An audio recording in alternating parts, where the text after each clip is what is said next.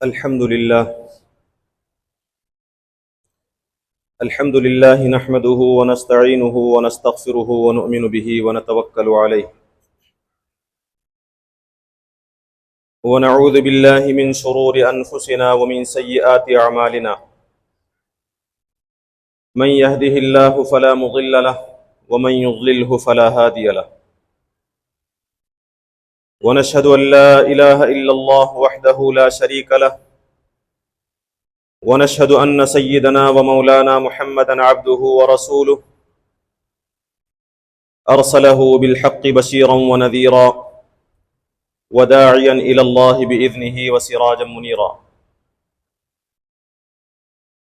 أما بعد فإن أصدق الحديث كتاب الله وخير الهدي هدي محمد صلى الله عليه وسلم وشر الأمور محدثاتها وكل محدثة بدعة وكل بدعة ضلالة وكل ضلالة في النار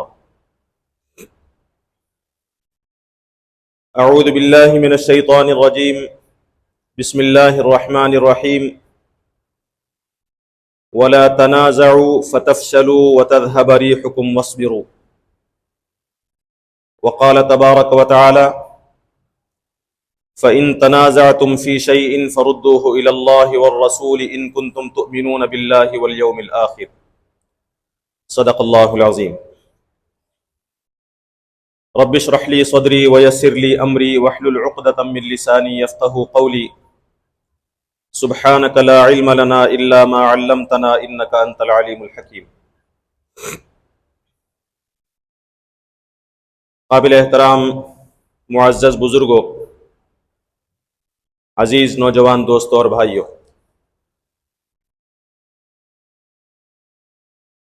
اس سے پہلے کچھ جمعوں سے آپ کے سامنے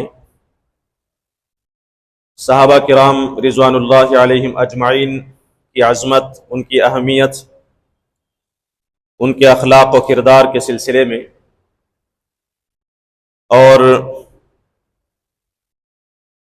جس حیثیت سے وہ امت مسلمہ کے لیے قیامت تک آنے والے انسانوں کے لیے ایک بہترین نمونہ ہیں، اس سلسلے میں مختلف باتیں عرض کی جا رہی ہیں۔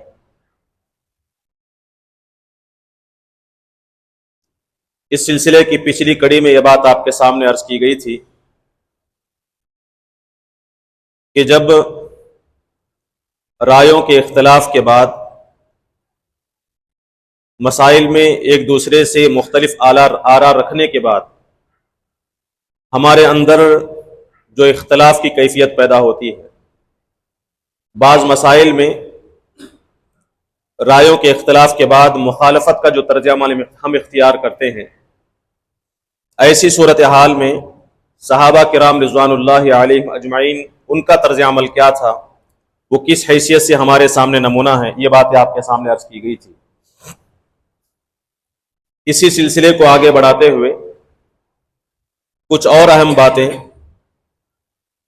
اختلاف میں اعتدال کا اور حقوق کی ادائیگی کا، حق شناسی کا، دوسرے کی عظمت اور احترام کو پہچاننے کا جو نمونہ صحابہ کرام رضوان اللہ علیہم اجمعین کی زندگی میں ملتا ہے، اسے ہم اس وقت سمجھنے کی کوشش کریں گے۔ اس سے پہلے آپ کے سامنے حضرت ابو بکر اور عمر رضی اللہ عنہ کے درمیان میں جو اختلاف تھا، حضرت عمر اور علی رضی اللہ عنہما کے درمیان میں جو اختلاف تھا، اس سلسلے میں کچھ باتیں آپ کے سامنے عرض کی گئیں۔ صحابہ کے دور میں ایسے حالات بھی پیش آئے کہ وہ لوگ جو عام حالات میں ایک دوسرے کے ساتھ ہمدردی کا، اخوت کا، محبت کا اور ایک دوسرے کی عظمت اور احترام کو پہچاننے کا نمونہ پیش کر سکتے ہیں، وہ لوگ بھی ایسی حالت میں جبکہ ایک دوسرے کے خون کے پیاسے ہوں، ایک دوسرے کی مخالفت اگر شدت تک پہنچ جائے تو اس وقت کیا کیفیت ہو سکتی ہے، انہیں بھی ہمیں نبی کریم صلی اللہ علیہ وسلم کے ان صحابہ کی زندگیوں میں تلاش کرنے کی ضرورت ہے۔ حضرت عمر بن خطاب رضی اللہ عنہ اور حضرت عبداللہ بن مسعود رضی اللہ عنہ، یہ دونوں امت کے بہت بڑے علماء میں سے ہیں، حضرت عبداللہ ابن مسعود رضی اللہ عنہ، ان کے بارے میں احادیث میں آتا ہے کہ قرآن کے سب سے بڑے قاری تھے۔ قاری سے مراد صرف پڑھنے والے نہیں، بلکہ قرآن کے علم کو سمجھنے والے، اور سنت کے سب سے بڑے عالم شمار ہوتے تھے۔ صحابہ فرماتے ہیں کہ ان کی جو کثرت سے آمد تھی نبی کریم صلی اللہ علیہ وسلم کے پاس اور آپ کے گھر میں، اس وجہ سے ہم سمجھتے تھے، حضرت ابو موسیٰ اشعری رضی اللہ عنہ فرماتے ہیں کہ ہم ایک عرصے تک یہی سمجھتے رہے کہ حضرت عبداللہ ابن مسعود رضی اللہ عنہ اور ان کی ماں نبی کریم صلی اللہ علیہ وسلم کے اہل بیت میں سے، اتنی کثرت سے آپ کے پاس آیا جایا کرتے تھے۔ یہ آنا جانا یہ حضور سے محبت کی وجہ سے تھا، اور اس بنیاد پر جو علم حضرت عبداللہ ابن مسعود رضی اللہ عنہ کو حاصل ہوا، اس وجہ سے امت کے سب سے بڑے قاری اور سب سے بڑے عالم شمار کیے گئے۔ حضرت ابو مسعود بدری فرماتے ہیں کہ میں نہیں جانتا کہ نبی کریم صلی اللہ علیہ وسلم نے اپنے بعد اس آنے والے شخص سے بڑا قرآن کا علم جاننے والا کسی کو چھوڑا ہو۔ حضرت عبداللہ ابن مسعود سے بڑا عالم حضور نے کسی اور کو چھوڑا ہو، میں نہیں جانتا۔ یہ مقام ہے حضرت عبداللہ ابن مسعود رضی اللہ عنہ کا۔ اور اس کے علاوہ حضرت عمر ابن خطاب رضی اللہ عنہ، ان کا جو علم میں، ان کا جو فقہ میں جو مقام تھا وہ انتہائی عظیم۔ اور آپ نے یہ سنا ہے کہ نبی کریم صلی اللہ علیہ وسلم نے فرمایا کہ اللہ تعالیٰ نے حضرت عمر کی زبان پر حق کو جاری کر دیا۔ مختلف مسائل میں جو مشورے آپ نے دیے اس کے مطابق اللہ تبارک و تعالیٰ نے آیات نازل فرمائی۔ ایسا ذہین شخص، ایسے زبردست علم اور فقہ رکھنے والے حضرت عمر ابن خطاب رضی اللہ عنہ، یہ دونوں جو صحابی ہیں، ان کے بارے میں آتا ہے کہ بہت سارے مسائل میں ایک دوسرے سے متفق تھے۔ حضرت عبداللہ ابن مسعود رضی اللہ عنہ کثیر مسائل میں حضرت عمر ابن خطاب رضی اللہ عنہ سے موافقت کرتے ہیں، یعنی جو مسئلہ حضرت عمر نے بیان فرمایا وہی حضرت عبداللہ ابن مسعود رضی اللہ عنہ، اور ان کا جو طرز استدلال ہے، ان کا جو مسائل کو مستنبط کرنے کا، جو اجتہاد کرنے کا جو طریقہ ہے، وہ یکساں تھا۔ اور یہ بھی کہا جاتا ہے کہ فقہ کے مورخین نے اس بات کو لکھا ہے کہ حضرت عبداللہ ابن مسعود رضی اللہ عنہ نے بہت سارے مسائل میں رجوع کیا اور حضرت عمر ابن خطاب رضی اللہ عنہ کے مسئلے کی اتباع کی، پیروی کی، لیکن اس کے باوجود، علم کے اس مقام پر پہنچنے کے باوجود، بہت سارے مسائل میں ان دونوں کا اختلاف بھی تھا۔ مثال کے طور پر رکوع میں ایک شخص ہاتھ کہاں پر رکھے، گھٹنوں کے اوپر، گھٹنوں کو مضبوطی کے ساتھ پکڑے، یا پھر ایک مسئلہ یہ بھی ہے کہ دونوں گھٹنوں کے درمیان کو ہاتھ لائے، یہ مسئلہ ہے، ہمارے علم میں نہیں ہے وہ۔ حضرت عبداللہ ابن مسعود رضی اللہ عنہ فرماتے ہیں، ان کی رائے یہ ہے کہ دونوں ہاتھوں کو گھٹنوں پر نہیں رکھا جائے گا، بلکہ دونوں گھٹنوں کے بیچ میں ہاتھ کر لیے جائیں۔ حضرت عمر ابن خطاب رضی اللہ عنہ کی رائے یہ ہے کہ دونوں ہاتھوں سے گھٹنوں کو مضبوط پکڑا جائے گا، گھٹنوں کے اوپر ہاتھ رکھے جائیں۔ اگر کوئی شخص ایک دوسرے مسئلے میں اپنی بیوی کو یہ کہتا ہے کہ تو مجھ پر حرام ہے، تو حضرت عبداللہ ابن مسعود رضی اللہ عنہ کے نزدیک وہ ایک قسم ہے، بس قسم کا کفارہ ادا کرے گا کافی ہے، وہ بیوی کی بیوی رہے گی۔ لیکن حضرت عمر ابن خطاب رضی اللہ عنہ کے نزدیک اس طرح کہنے والے کی طرف سے گویا کہ ایک طلاق واقع ہو گئی، اب اگر وہ رجوع نہیں کرے گا تو پھر عدت ختم ہونے کے بعد وہ عورت اس سے جدا ہو جائے گی۔ اس مسئلے میں اختلاف دونوں کے درمیان۔ ایک اور مسئلے میں اختلاف تھا کہ ایک شخص اگر کسی عورت کے ساتھ بدکاری کرتا ہے پھر اس کے بعد اسی سے نکاح کر لیتا ہے، تو حضرت عبداللہ ابن مسعود رضی اللہ عنہ کے نزدیک اس نکاح کا اعتبار نہیں ہوگا، اس نکاح کو کالعدم قرار دیا جائے گا، اور جب تک وہ ساتھ میں رہیں گے گناہ گارانہ زندگی ہوگی۔ اس کے برخلاف حضرت عمر ابن خطاب رضی اللہ عنہ فرماتے ہیں کہ پہلی جو حالت ہے وہ زنا کی ہے، لیکن اس کے بعد اس نے جو نکاح کیا اس نکاح کا اعتبار ہوگا، وہ دونوں شوہر بیوی ہوں گے۔ ایسے بہت سارے مسائل ہیں۔ علامہ ابن قیم رحمۃ اللہ علیہ فرماتے ہیں کہ ان دونوں صحابہ کے درمیان 100 سے زائد مسائل میں اختلاف تھا۔ اس کی اہمیت کا آپ اندازہ لگائیں، ہم اپنے ساتھ رہنے والوں کے ساتھ ہمارے جب اختلافات ہو جاتے ہیں تو ہماری کیا کیفیت ہوتی ہے اس کا اندازہ لے کر دیکھیں۔ ایک یا دو مسئلے میں ہمیں اگر آپس میں ایک دوسرے سے اختلاف ہو جائے تو اسی اختلاف کو ہم ہر مشورے میں اپنے ذہن میں رکھیں گے، اور اسی اختلاف کی بنیاد پر سامنے والے کی رائے کا توڑ کرنے کی کوشش کریں گے، یا پھر اسی انداز سے اس کی رائے کو لیں گے۔ حضرت عمر ابن خطاب رضی اللہ عنہ اور ابن مسعود رضی اللہ عنہ، ان دونوں کے درمیان 100 سے زائد مسائل میں اختلاف ہے، لیکن اس اختلاف کے باوجود دونوں کا ایک دوسرے کی عظمت کا، ان کے مقام اور مرتبے کا جو اعتراف ہے اسے آپ ذہن میں رکھیں۔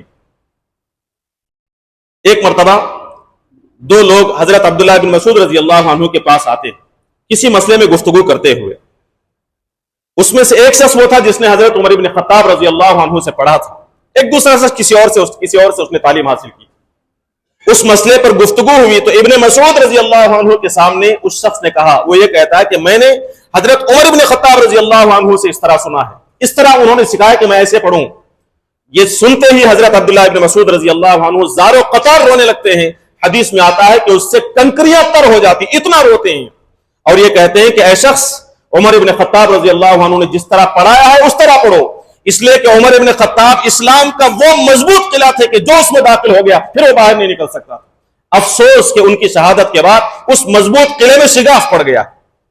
کون کہہ رہا ہے؟ ایک زبردست عالم دین ایک دوسرے عالم دین کے سامنے۔ تصور کر کے دیکھیے، اس وقت کسی کا عالم دین ہونا، زیادہ علم رکھنے والا ہونا، وہ دلیل بنے گی، وہ ذریعہ بنے گا دوسرے عالم دین سے دشمنی کا، حسد کا۔ لیکن یہ فرماتے ہیں کہ عمر ابن خطاب نے جس طرح پڑھا ہے اس طرح پڑھو، وہ دین کا مضبوط قلعہ تھے، ان کے جانے کے بعد اس دین کے قلعے کے اندر شگاف پڑ گیا۔ یہ عظمت اور احترام، ان کے علم کا اعتراف۔ حضرت عمر ابن خطاب رضی اللہ عنہ ایک مرتبہ دیکھتے ہیں کہ ابن مسعود رضی اللہ عنہ فرما رہے ہیں، تشریف لا رہے ہیں، تو عمر ابن خطاب رضی اللہ عنہ نے فرمایا کہ کنیف ملئ علما وفقھا، یہ وہ شخص ہے علم کا ذخیرہ ہے، علم سے لبریز ہے، شخص فقہ سے لبریز ہے۔ ایک اور روایت میں آتا ہے کہ کنیف ملئ علما آثرت به اہل القادسیہ، یہ علم کا ایک پٹارا ہے، علم کا ذخیرہ ہے، میں نے اس شخص کو اہل قادسیہ کے حوالے کر دیا، یعنی ایسا علم اس کی مجھے بہت زیادہ ضرورت تھی، لیکن میں نے اس علم کو قادسیہ کے مجاہدین کے حوالے کیا۔ یہ اعتراف دونوں کا۔ ایک اور عالم دین حضرت عبداللہ ابن عباس رضی اللہ عنہ، جنہیں حبر الامہ کہا جاتا ہے، ان کے علم کی وجہ سے امت کا بہت بڑا عالم کہا گیا، حبر الامہ۔ ان کا ایک مسئلے میں حضرت زید بن ثابت رضی اللہ عنہ سے اختلاف تھا، وراثت کا ایک مسئلہ یہ ہے کہ ایک شخص کا انتقال ہو جائے اور اس کا باپ موجود ہو تو پھر انتقال ہونے والے کے بھائیوں کو وراثت میں حصہ ملے گا یا نہیں ملے گا۔ حضرت ابو بکر صدیق رضی اللہ عنہ، حضرت زید رضی اللہ عنہ کی رائے یہ ہے کہ باپ موجود نہ ہو تو باپ موجود ہو تو بھائیوں کو حصہ نہیں ملے گا، اسی طرح باپ کی جگہ پر دادا موجود ہو تب بھی بھائیوں کو حصہ نہیں ملے گا، بھائی محروم ہو جائیں گے۔ اس کے برخلاف حضرت زید بن ثابت رضی اللہ عنہ کی، حضرت علی رضی اللہ عنہ کی، حضرت عبداللہ بن مسعود رضی اللہ عنہ کی رائے یہ تھی کہ باپ موجود ہو تو بھائیوں کو حصہ نہیں ملے گا، لیکن دادا موجود ہو تو پھر بھائیوں کو حصہ ملے گا۔ اس مسئلے میں حضرت عبداللہ بن عباس رضی اللہ عنہ سے حضرت زید بن ثابت رضی اللہ عنہ سے ایسا زبردست اختلاف تھا۔ وہ فرماتے ہیں حضرت ابن عباس کہ اس معاملے میں زید بن ثابت رضی اللہ عنہ خطا پر ہیں، انہیں اپنی اجتہاد میں چوک ہوئی۔ وہ اپنے اجتہاد پر حضرت عبداللہ بن عباس رضی اللہ عنہ کو اتنا اعتماد تھا، حضرت زید بن ثابت رضی اللہ عنہ کی اجتہاد کے خطا میں، ان کی غلطی میں اتنا اعتماد تھا، وہ ایک مرتبہ فرماتے ہیں کہ میں چاہتا ہوں کہ جو لوگ وراثت کے اس مسئلے میں میرے مخالف ہیں وہ آئیں کعبۃ اللہ کے پاس، حجر اسود پر ہاتھ رکھیں اور مباہلہ کریں اور ایک دوسرے کے جھوٹے ہونے پر لعنت کریں کہ ہم میں سے جو سے جھوٹا ہو اس پر اللہ کی لعنت ہو۔ مباہلے کی دعوت دی حضرت عبداللہ بن عباس رضی اللہ عنہ۔ ایسا اختلاف، شدید اختلاف اس مسئلے میں حضرت زید بن ثابت رضی اللہ عنہ سے حضرت ابن عباس رضی اللہ عنہ کا، لیکن اس اختلاف کے باوجود ایک دوسرے کے مقام اور مرتبے کا جو اعتراف ہے، حضرت زید بن ثابت رضی اللہ عنہ اونٹ پر جا رہے ہیں، حضرت ابن عباس نے دیکھا، فوراً آئے اور اونٹ کی نکیل پکڑ کر لے کر آگے بڑھنے لگے۔ حضرت زید بن ثابت رضی اللہ عنہ نے فرمایا کہ اے عمزاد رسول، اے چچا زاد رسول، ایسا مت کیجئے، ایسا مت کیجئے۔ تو حضرت رسول اللہ صلی اللہ علیہ وسلم کے چچا زاد بھائی حضرت زید بن ثابت رضی اللہ عنہ سے کہتے ہیں کہ ہمیں اپنے علماء کے ساتھ، اپنے بڑوں کے ساتھ اسی طرح کا رویہ اختیار کرنے کی ہدایت دی گئی۔ وہ کہتے ہیں کہ ٹھیک ہے، آپ اپنا ہاتھ مجھے دیجئے۔ حضرت ابن عباس اپنا ہاتھ دیتے ہیں تو حضرت زید بن ثابت رضی اللہ عنہ ان کا ہاتھ چوم کر کہتے ہیں کہ مجھے اللہ کے رسول کے اہل بیت کے ساتھ اسی قسم کا برتاؤ کرنے کی ہدایت دی گئی۔ یہ ایک دوسرے کا اعتراف، ایک دوسرے کی خوبیوں کا اعتراف۔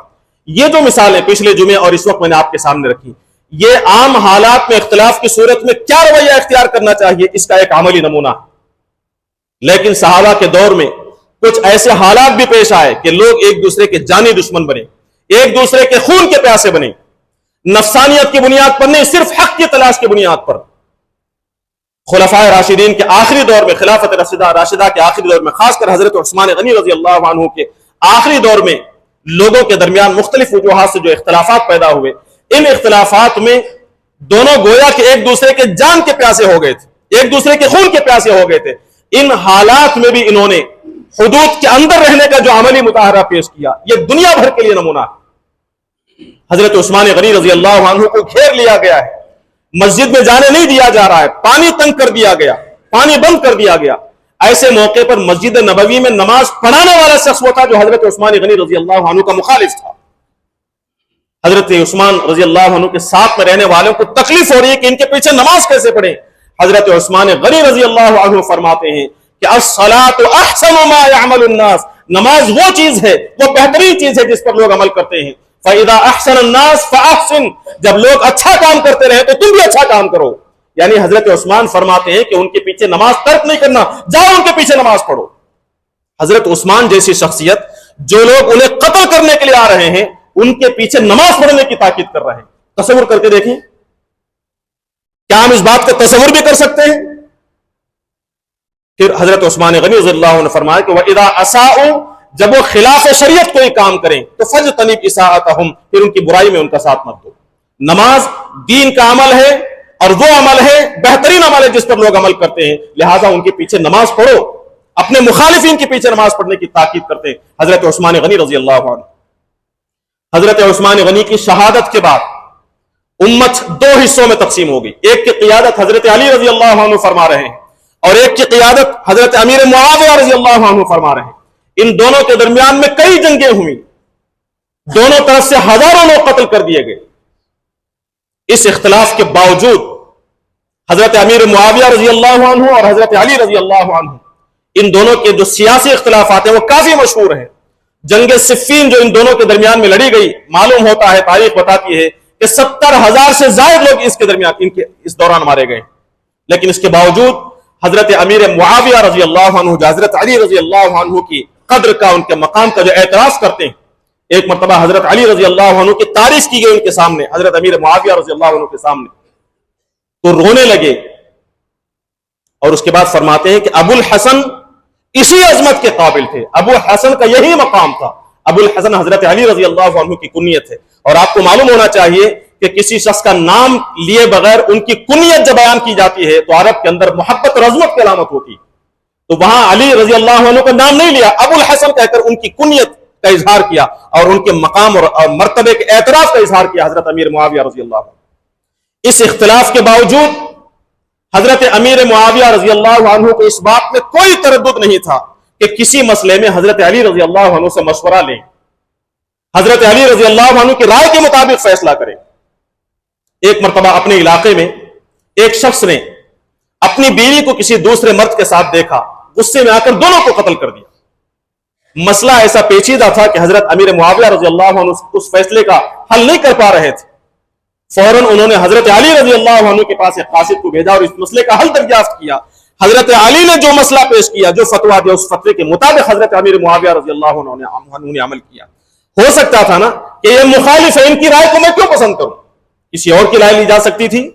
حضرت امیر معاویہ کا ساتھ دینے والے دوسرے صحابہ بھی موجود تھے، لیکن نہیں، حضرت علی رضی اللہ عنہ کا یہ مقام کہ تمام لوگوں میں سب سے بہتر فیصلہ کرنے والے حضرت علی ہیں، یہ علم حضرت امیر معاویہ رضی اللہ عنہ کو تھا۔ اختلاف کے باوجود انہوں نے حضرت علی سے مشورہ طلب کیا اور ان کی رائے کے مطابق، ان کی فتوے کے مطابق فیصلہ کیا۔ حضرت علی رضی اللہ عنہ اور بعض جلیل القدر صحابہ کے اندر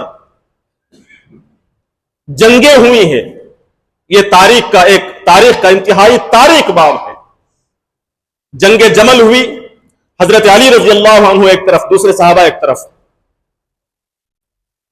مروان بن حکم جو حضرت علی رضی اللہ عنہ کے مخالفین میں سے ہے، جنگ جمل کے بعد کہتے ہیں کہ حضرت علی جیسا کریم شخص کوئی نہیں۔ حالانکہ مروان بن حکم اور حضرت علی رضی اللہ عنہ ایک دوسرے کے مخالف ہیں، حریف ہیں، لیکن مروان بن حکم حضرت علی رضی اللہ عنہ کی تعریف کہتے ہوئے یہ جملے ان کی زبان سے نکلے کہ حضرت علی جیسا کریم شخص میں نے نہیں دیکھا۔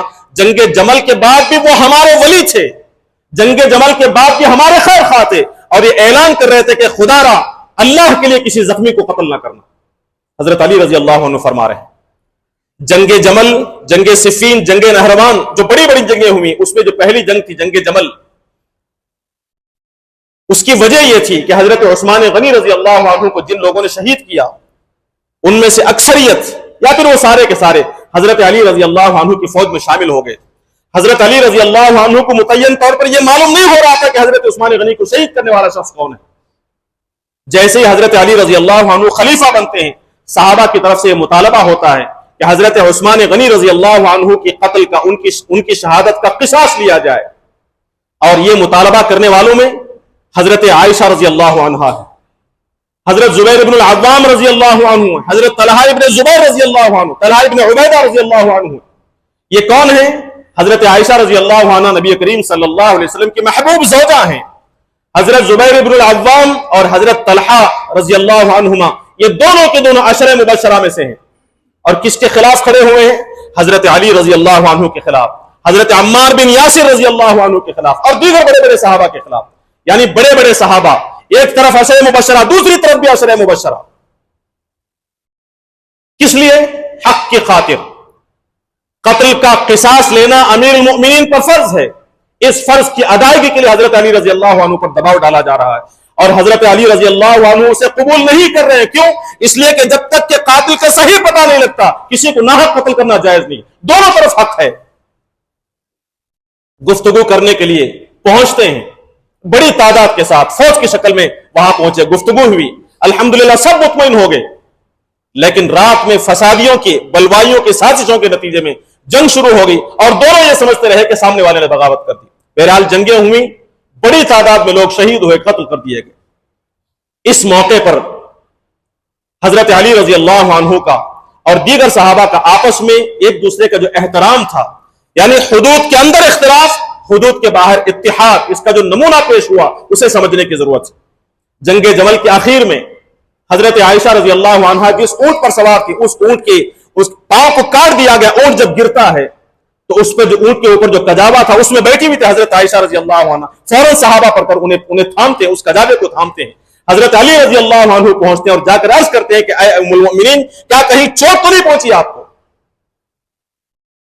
نبی کریم صلی اللہ علیہ وسلم کے داماد ہیں حضرت علی اور نبی کریم صلی اللہ علیہ وسلم کی زوجہ ہیں, گویا کہ ساس سے گفتگو ہو رہی ہے ایک داماد کی. جا کر عرض کرتے ہیں کہ اے ام المؤمنین, آپ کو چوٹ تو نہیں پہنچی؟ اللہ آپ پر رحم فرمائے. تو وہ بھی دعا دیتے ہیں کہ اللہ تبارک و تعالیٰ آپ کو معاف فرمائے. گفتگو ہوتی ہے. پھر اس کے بعد جنگ ختم ہونے کے بعد ایک پہرے داروں کی مضبوط جماعت کو ساتھ کرتے ہیں حضرت علی رضی اللہ عنہ, تاکہ بصرہ سے مدینے تک صحیح سلامت حضرت عائشہ رضی اللہ عنہ کو پہنچایا جائے. پہرے دار کی مضبوط جماعت اور بصرات کی 40 معزز خواتین کو حضرت عائشہ رضی اللہ عنہ کے حوالے کیا جاتا ہے کہ آپ ان کے ساتھ جائیں. 12,000 کی رقم انہیں پیش کی جاتی ہے. ایک دوسرے صحابی نے مزید رقم عطا کی. اور اس وقت جب لوگ وہاں جمع ہوتے ہیں, بہت سارے لوگ جمع ہوئے. کیوں؟ ایک طرف علی رضی اللہ عنہ ہیں جو حضور کے داماد, ایک طرف حضرت عائشہ رضی اللہ عنہ حضور کے محبوب زوجہ. وہاں جمع ہو گئے لوگ. اس موقع پر حضرت عائشہ رضی اللہ عنہ نے فرمایا تمام لوگوں کو خطاب کر کے کہ میرے بچوں, ہمارے بعد کوئی بھی شخص اس کے بعد ایک دوسرے سے گلہ نہیں کرے گا, شکوہ نہیں کرے گا, کوئی شکایت نہیں کرے گا کہ کس وجہ سے جنگ ہوئی, کس وجہ سے لڑائی ہوئی. میرے اور علی کے درمیان کل تک جو کچھ ہوا ہے وہ یا تو غلط فہمی تھی یا تو کچھ شکایت تھی جس کے نتیجے میں ہم آپس میں ایک دوسرے کے خلاف ہوئے. اس عزیزانہ اختلاف کے باوجود حضرت علی رضی اللہ عنہ صلحاء امت میں سے ہیں. کون فرما رہے ہیں؟ حضرت عائشہ رضی اللہ عنہ. اس اختلاف کے باوجود حضرت علی رضی اللہ عنہ امت کے صالحین میں سے ہیں. حضرت علی رضی اللہ عنہ فرماتے ہیں کہ ام المؤمنین نے صحیح فرمایا, ہمارے درمیان میں اختلاف بہت ہی معمولی اختلاف ہے. اور واقعتاً نبی کریم صلی اللہ علیہ وسلم کی محبوب ترین زوجہ ہیں حضرت عائشہ رضی اللہ عنہ, اور دنیا میں بھی آخرت میں بھی حضرت عائشہ رضی اللہ عنہ نبی کریم صلی اللہ علیہ وسلم کی زوجہ ہوں. جنگ جمل کے آغاز میں دونوں فوجیں آمنے سامنے کھڑی ہیں.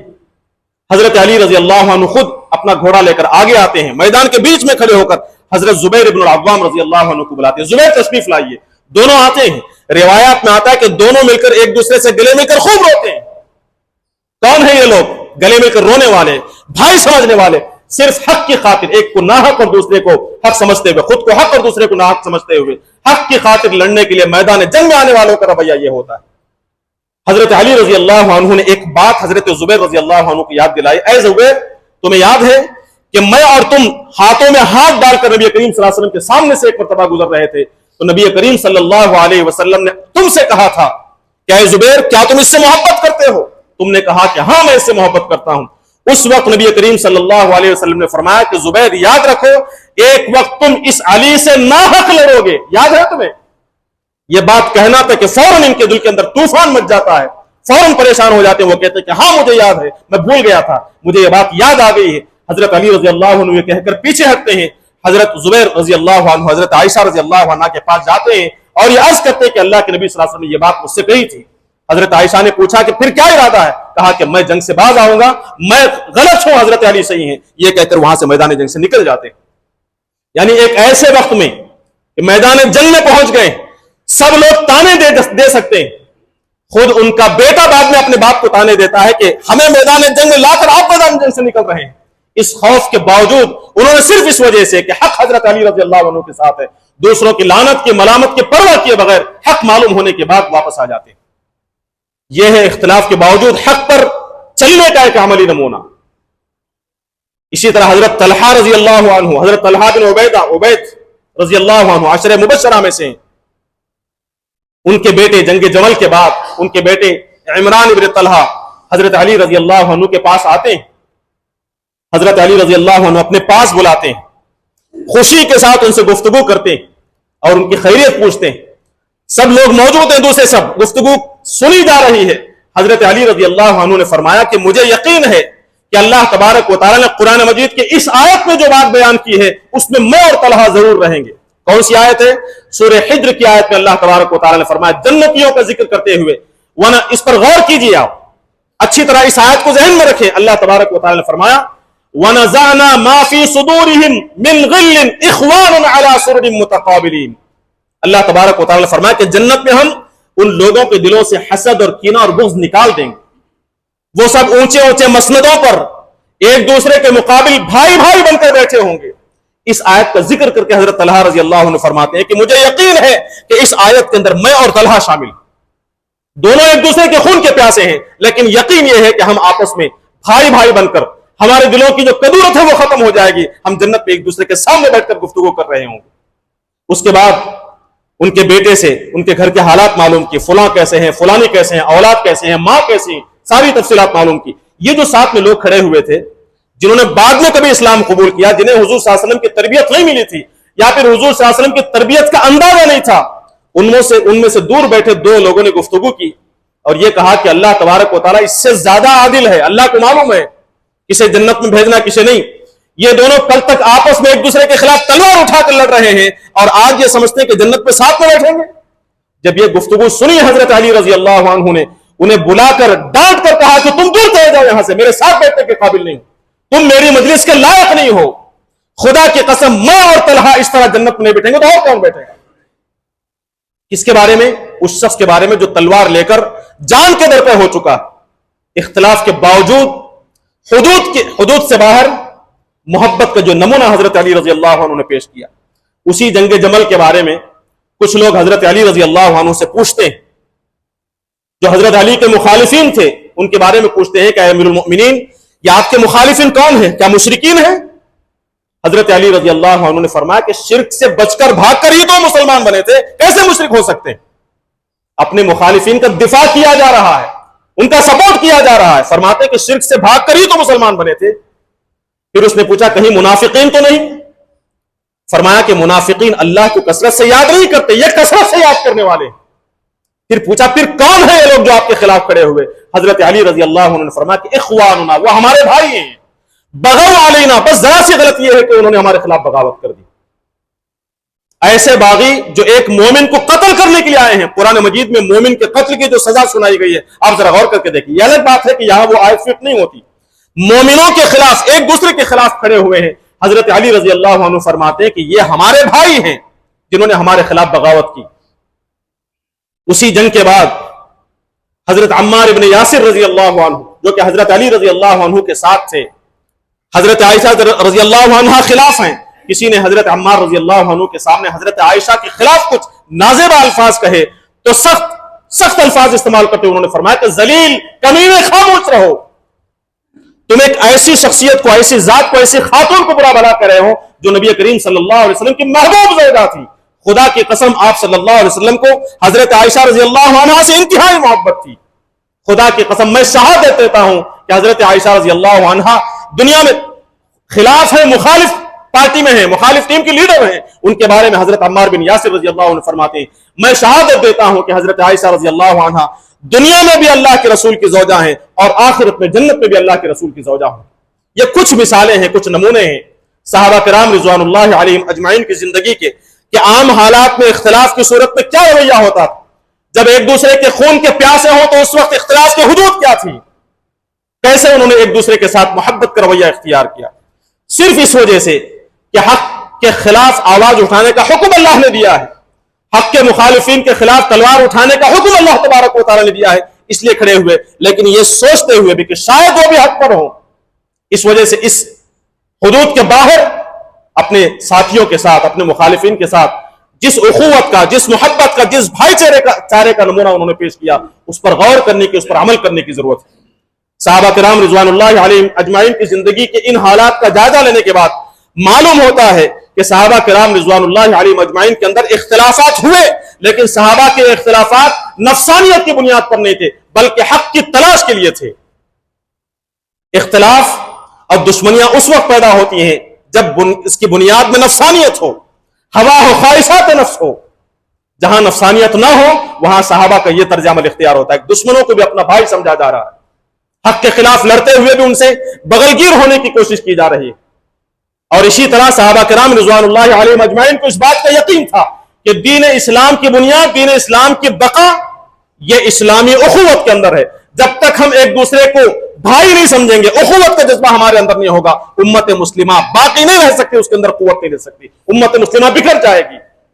اور جب کبھی کسی صحابی نے کسی دوسرے صحابی کی مخالفت کی، اس کی بنیاد صرف ایک تھی کہ نبی کریم صلی اللہ علیہ وسلم نے فرمایا کہ الدین النصیحہ، دین خیر خواہی کا نام ہے. دین کا مطلب خیر خواہی کی جائے، اللہ کے ساتھ خیر خواہی، اللہ کے رسول کے ساتھ خیر خواہی، اور خلفاء امت کے ساتھ اور ائمۃ المسلمین کے ساتھ خیر خواہی، اور عام مسلمانوں کے ساتھ خیر خواہی. نبی کریم صلی اللہ علیہ وسلم کی اس خیر خواہی کی یہ بھی تصریح فرمائی تھی کہ انصر اخاک ظالما او مظلوما، اپنا بھائی کی مدد کرو چاہے وہ مظلوم ہو چاہے ظالم ہو. لوگ اپنے مخالف کو یہ سمجھتے تھے کہ ان سے غلطی ہوئی ہے، لہذا اس غلطی سے بچانا، انہیں حق کی طرف لانا یہ ہمارا فریضہ ہے. اس بنیاد پر اگر تلوار اٹھانے کی ضرورت پڑی تو تلوار اٹھانا ضروری ہے. اللہ کے حکم کی وجہ سے وہ ایک دوسرے کے مخالف ہوئے، دشمنی میں نہیں تھے. اور نبی کریم صلی اللہ علیہ وسلم کی تربیت اس سے معلوم ہوتی ہے کہ آپ صلی اللہ علیہ وسلم نے جو صحابہ کی تربیت کی اور آپ کی تعلیمات ہماری جو تربیت کرنا چاہتی ہیں وہ یہی کہ ہم آپس میں ایک دوسرے کو صرف اسلام کی بنیاد پر، ایمان کی بنیاد پر ایک دوسرے سے محبت کرنے والے بنے. اختلافات ہزار ہوں، اختلافات حدود کے اندر ہوں، حدود سے باہر نہ ہوں، اس کے باوجود ہم ایک دوسرے کی تکفیر نہ کریں، ایک دوسرے کو کافر نہ کہیں، اسلامی اخوت ہمارے اندر باقی رہے. نبی کریم صلی اللہ علیہ وسلم نے فرمایا یہ اسلامی اخوت نہیں ہوگی، تمہارے درمیان، تمہارے دلوں کے اندر ایک اختلاف پیدا ہو جائے گا تو امت ٹوٹ پھوٹ کا شکار ہو جائے گی. قرآن نے کہا لا تنازعوا، آپس میں ایک دوسرے سے اختلاف نہ کرو، رسا کشی نہ کرو، فتفشلوا، تم کمزور ہو جاؤ گے. مسلمانوں آپس میں ٹکڑوں میں بٹو گے تو تم کمزور ہو جاؤ گے. وتذهب ريحكم، تمہاری ہوا، تمہاری قوت اکھڑ جائے گی. واصبروا، اس لیے ثابت قدم رہو، اور ثابت قدمی اتحاد کے اندر ہے، متحد ہونے میں. نبی کریم صلی اللہ علیہ وسلم نے فرمایا کہ اگر کسی مسئلے میں اختلاف پیدا ہو جائے فَإِن تَنَازَعْتُمْ فِي شَيْءٍ، کسی بھی معاملے میں اختلاف پیدا ہو جائے تو فَرُدُّوهُ إِلَى اللَّهِ وَالرَّسُولِ إِن كُنتُمْ تُؤْمِنُونَ بِاللَّهِ وَالْيَوْمِ الْآخِرِ، اگر تمہارا اللہ پر ایمان ہے، آخرت پر ایمان ہے تو اختلافی مسئلے کو اللہ اور اس کے رسول کی طرف لوٹاؤ. اللہ اور اس کے رسول نے جو فیصلہ دیا، چاہے وہ فیصلہ تمہاری خواہش کے خلاف کیوں نہ ہو، اس فیصلے کو قبول کرو، اللہ تبارک و تعالیٰ کی مدد تمہارے ساتھ آئے گی. پھر حضور صلی اللہ علیہ وسلم نے فرمایا لا تختلفوا، آپس میں اختلاف نہ کرو، فتختلف قلوبکم، تمہارے دلوں میں اختلاف پیدا ہو جائے گا. آپسی اختلافات امت کے دلوں کو توڑنے والے، امت کو ٹکڑیوں میں بانٹنے والے ہیں. نبی کریم صلی اللہ علیہ وسلم کی ان تعلیمات کو سمجھتے ہوئے اور صحابہ کرام رضوان اللہ علیہم اجمعین کی ان عملی زندگیوں کو دیکھ کر اس سے سبق حاصل کرنے کی ہمیں کوشش کرنی چاہیے. اللہ تعالیٰ سے میں دعا کرتا ہوں کہ اللہ تبارک و تعالیٰ صحابہ کرام رضوان اللہ علیہم اجمعین کی ان زندگیوں کا گہرائی کے ساتھ مطالعہ کرنے کی، حق کی رہنمائی کے لیے، حق کی تلاش کے لیے ان کی زندگیوں کا مطالعہ کرنے کے ہمیں توفیق نصیب فرمائے، اور جو بہترین عملی نمونے ان کی زندگی میں ملتے ہیں، جو روشنی ان کی زندگی سے ملتی ہے، اس روشنی سے اپنی زندگی کی تاریکیوں کو ختم کرنے کی اللہ تبارک و تعالی ہمیں توفیق دے، سعادت نصیب فرمائے۔ بارک اللہ لنا ولکم فی القرآن العظیم ونفعنا وإياكم بالآيات والذكر الحكيم إنه تعالى جواد كريم ملك بر رؤوف رحيم۔